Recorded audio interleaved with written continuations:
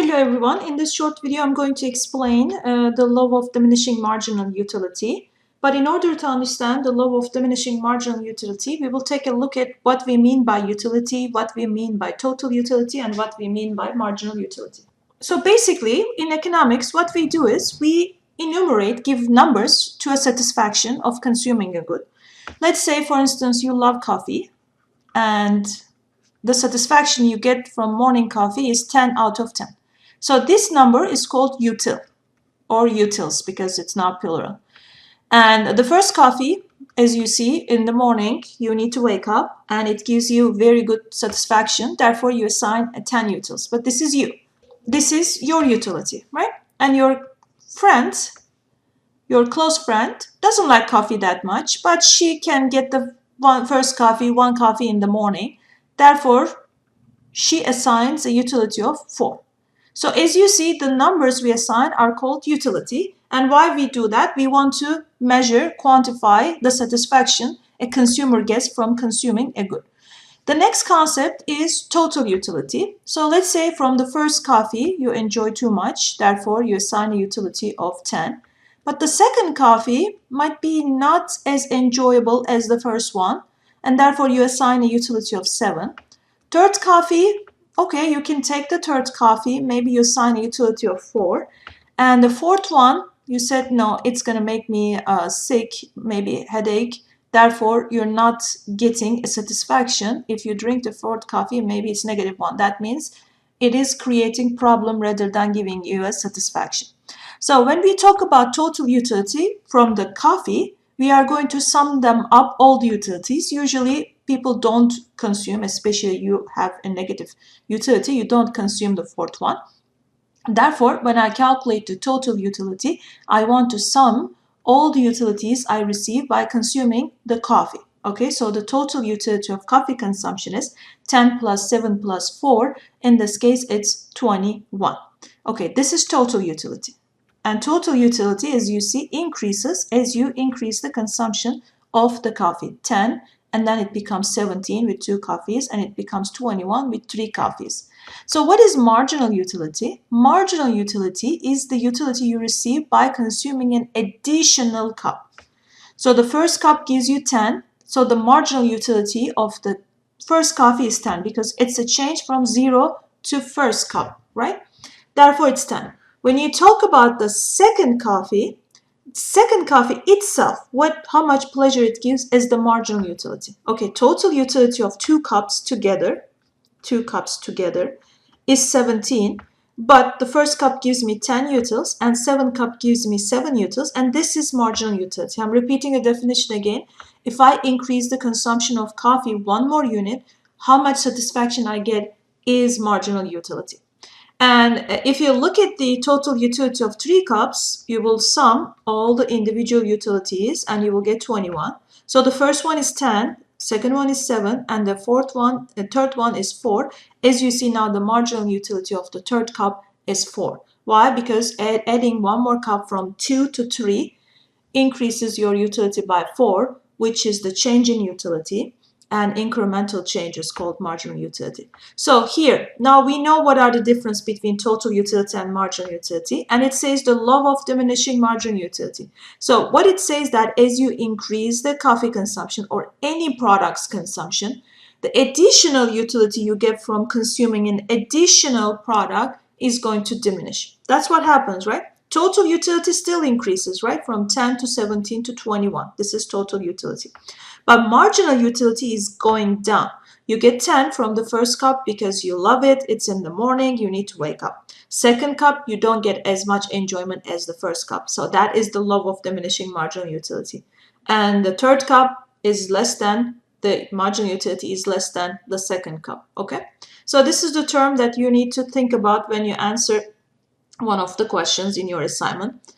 And here I suggest you to read this pumpkin spice article, and it's just economics, okay? We see that pumpkin spice lattes and pumpkin spice flavored everywhere during the Halloween season because the people's preferences and enjoyment and satisfaction is changing. So you can click on this article and read the article. It's a short one. You can just scroll down and read it. If people really love pumpkin spice flavoring so much, why isn't it available all year long, right? You don't see them all year long. Once you read the article, talks about marginal utility, total utility, and it explains using the economic concepts. So going back to the slides again, you can see that here, while the products are flavorful on their own, part of the joy from these items comes from the fact that they aren't available 2/3 of the year. So they are only available some part of the year. That makes it more enjoyable. That first taste brings back a lot of positive memories for people, but eventually that nostalgia wears off. This is exactly what happens with diminishing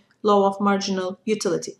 The second drink may still be really good, but it's usually not as good as the first one. The same phenomenon happens with the third drink, fourth drink, and so on. By the time we have our 20th pumpkin spice latte of the year, it's time to start thinking about switching to peppermint mochas, okay? So this concept, as you realize in this article, is the diminishing law of marginal utility. And we can give more examples, like think about you're very thirsty, right? You want to drink water. You enjoy a lot the first bottle, but the second or the third bottle is not going to give the same enjoyment. And the next concept is the law of diminishing marginal productivity. You need to also discuss law of diminishing marginal productivity in one of your assignments. So first, we need to understand what is it. So imagine that you are baking cookies and have just one oven. Okay, so you have just one machine. At first, you're working on your own, let's say. At first, adding the second person, right, helps a lot because now you can share the work, right? You can specialize on what you do. Maybe one of you can mix the dough while the other handles baking. But as you keep adding more workers, when you have only one machine, as you see, machine is a resource here, and it's a physical capital. And as you add more people, more and more people, if you do not increase the number of machine, okay? It's not easy to increase the number of machine. It's a long-term commitment. In the short run, you cannot. So the kitchen gets crowded, right? Each extra person becomes less helpful because you're just getting on the way of the other person, and there's only one oven. Eventually, adding more people doesn't make a big difference and might even slow things down. So this is the idea of law of diminishing marginal productivity. So what is marginal productivity here? Marginal productivity refers to productivity of each additional worker. Okay, I have myself here, second worker, third worker, and fourth worker. Let's say I do by myself 10 cookies an hour. With two of us, we make 25. So when I add the second person, it increases the production by 15 cookies. So the second person's productivity is 15. Why it happened? Because now you specialize, you become more productive. And when you add the third person, still the number of cookies are increasing, but this time it's only 35. So the third person adds 10 additional cookies. So the productivity of the third person is 10, marginal productivity. Fourth person, let's say it's 40 total cookies. You produce 4 of you together in an hour, and the productivity of that fourth person is 5. As you see, what happened is that the marginal productivity, that means the cookies that each additional worker produces goes down as you add more and more worker into the production process. The reason is because of law of diminishing marginal productivity, but why we have this problem? We have because fixed resource, right? Fixed resource of machine.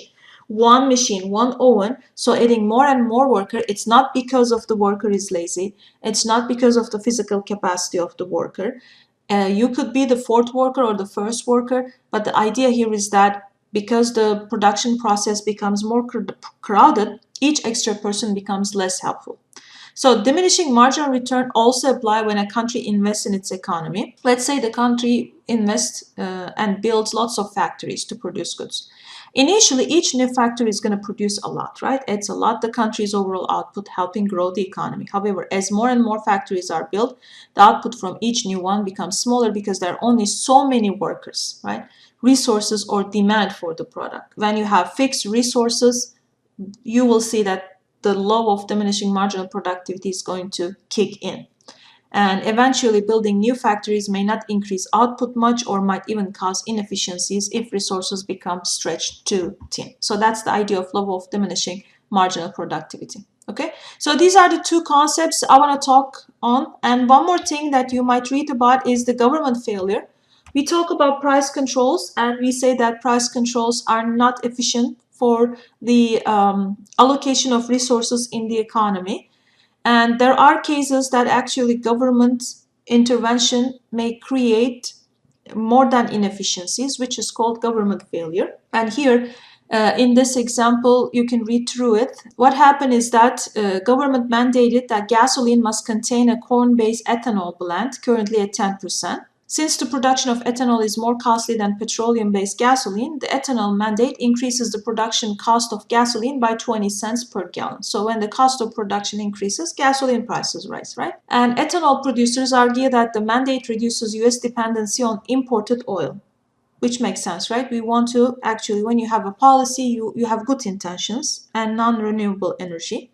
In 2000, about 5% of the corn crop went to production of the ethanol, but by 2018, the figure had risen to more than 35%. The large increase in demand for ethanol generated by the mandate has resulted in a doubling of corn prices. So corn prices, when this demand increases and the supply doesn't match, then we see an increase in the prices. Essentially, this program involves a large income transfer from gasoline consumers. Why? Because now we are paying more for the gas, to ethanol producers, because now the corn is more expensive. As corn becomes more expensive, the cost of producing petroleum, gasoline is expensive. And the US Department of Agriculture, the doubling of corn prices generates 32 billion of additional revenue for the nation's 400,000 corn farmers. So that means 80,000 revenue per farmer.